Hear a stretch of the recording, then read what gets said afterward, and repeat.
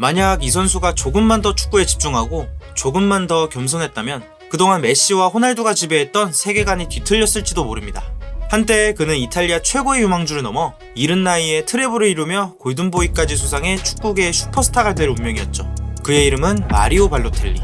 하지만 어느 순간부터 우리가 발로텔리라는 선수를 생각하면 그의 재능보다는 그가 했던 비행들을 먼저 떠올리곤 합니다. 그렇다면 어쩌다 그는 사랑과 미움을 동시에 받는 선수가 되었을까요? 수많은 선수를 다뤄본 무리뉴마저 발로텔리에 대해 도저히 통제할 수 없는 선수라고 표현한 적이 있었습니다. 그 의견을 뒷받침할 유명한 에피소드 중 하나를 알기 위해선 2009년 9월에 열린 루빈 카잔과의 챔피언스리그 경기가 있던 날로 거슬러 올라가야 합니다. In that match, I had all my strikers injured. No Milito, no Eto'o. I was really in trouble, and Mario was the only one. Mario gets a yellow card in minute 42, 43. So when I go to the dressing room at halftime, I would say, Mario, I cannot change you. I don't have a striker on the bench. Don't touch anybody. When we lose the ball, no reaction. If somebody provocates you, no reaction. If the referee makes a mistake, no reaction. Mario, please. 이러한 무리뉴의 간곡한 부탁에도 이어지는 후반전에 그는 퇴장을 당했습니다.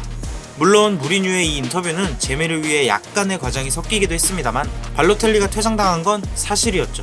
비록 엄청난 재능을 가졌어도 이런 것들 하나하나가 무리뉴가 그를 100% 신뢰할 수는 없던 이유였습니다. 또한 발로텔리는 감독과 동료뿐만 아니라 팬들과 충돌하기도 했었는데요.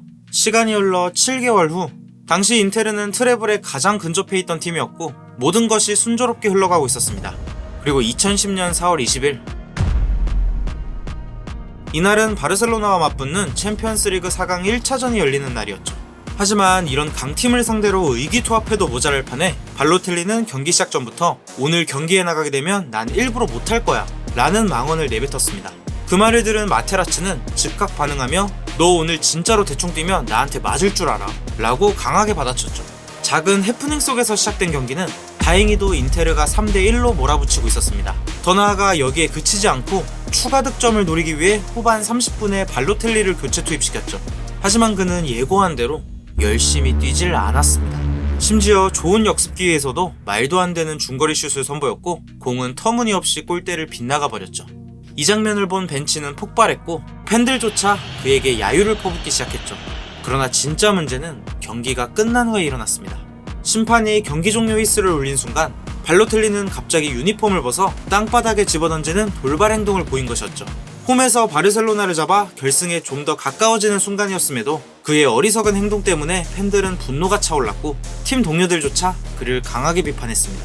하지만 다행히도 그의 이런 태도가 팀의 결속력까지 흔들진 못했고 클럽은 트래블이라는 대기록을 이루게 됐죠.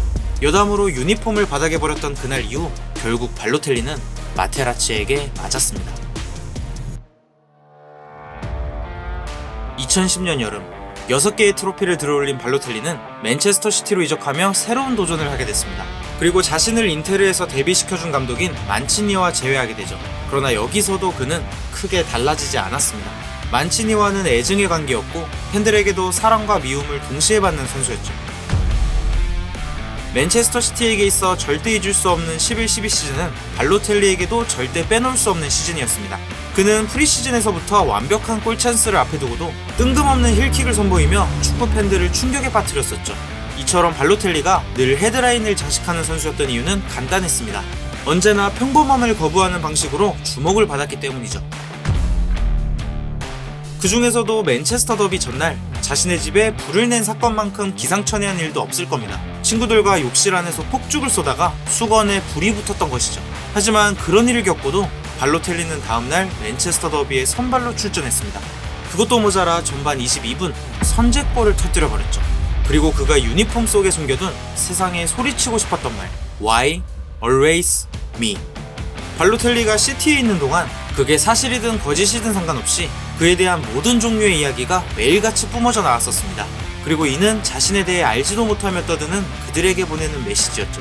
더 나아가 그의 활약에 힘입어 6대1로 크게 이긴 맨시티는 오랫동안 꿈꿔왔던 리그 우승을 향해 달려가기 시작했습니다. 2012년 4월 8일 맨시티는 아스널과의 중요한 원정 경기에 나섰습니다.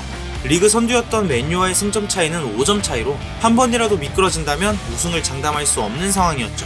하지만 이 경기에서 발로텔리는 거친 플레이를 일삼으며 퇴장이라는 최악의 선택을 하게 됩니다. 설상가상 팀은 0대1로 패배하며 사실상 우승 가능성은 사라진 것처럼 보였죠. 흙탕물을 제대로 뿌린 발로텔리에게 분노한 만치니는 돌아가는 팀 버스에서 앞으로 네가 여기서 경기 뛸 일은 없을 거라며 강경한 태도로 화를 내기도 했습니다. 하지만 이어지는 라운드에서 맨유가 계속 미끄러지면서 희망이 안 보이던 시티에게도 다시 한번 기회가 찾아오게 됐죠. 2012년 5월 13일 프리미어리그 마지막 라운드. 이날 맨시티는 퀸스파크 레인저스와의 경기에서 반드시 승리해야만 우승을 할 수 있는 상황이었습니다. 그리고 시티의 모든 팬은 그토록 원했던 리그 우승을 기대하며 한껏 들뜬 상태로 경기를 보기 시작했죠. 하지만 막상 시작하고 보니 경기의 흐름은 이상하게 흘러가고 있었습니다.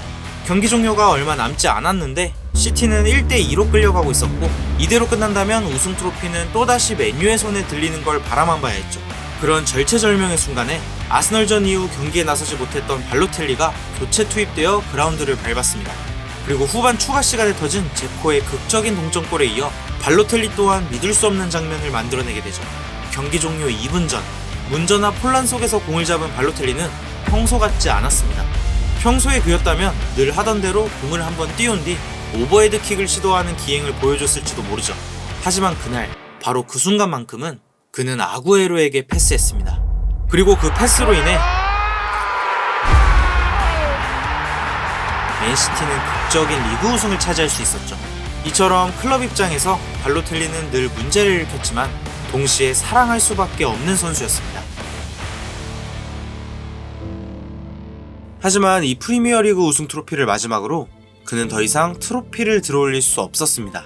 물론 2013년 1월에 AC 밀란으로 이적하며 한 시즌 반 동안 30골을 기록하기도 했고, 이어지는 2014 브라질 월드컵에서도 득점에 성공하기도 했었죠. 하지만 이후 리버풀로 이적하며 프리미어리그로 다시 돌아왔지만 단 4골에 그치며 점점 내리막길을 걷기 시작했습니다. 이후 프랑스, 튀르키예, 스위스 등 여러 클럽을 전전하는 저니맨으로 추락하고 말았죠. 이처럼 신은 그에게 엄청난 재능을 주었지만 안타깝게도 노력과 성실함을 주진 않았습니다. 전 에이전트였던 라이올라마저도 발로텔리의 재능이 썩혀지는 게 안타까운 마음에 네가 게으르고 훈련에서 성실하지 않았기 때문에 리오넬 메시와 크리스티아노 호날두가 발롱도르를 그렇게 많이 탄 거야 라며 그를 자극하기도 했었죠. 발로텔리는 실제로 세계 최고가 될 가능성을 지닌 선수였던 건 사실이었습니다. 그렇기에 이후의 하락세가 더욱 안타까울 뿐이었죠.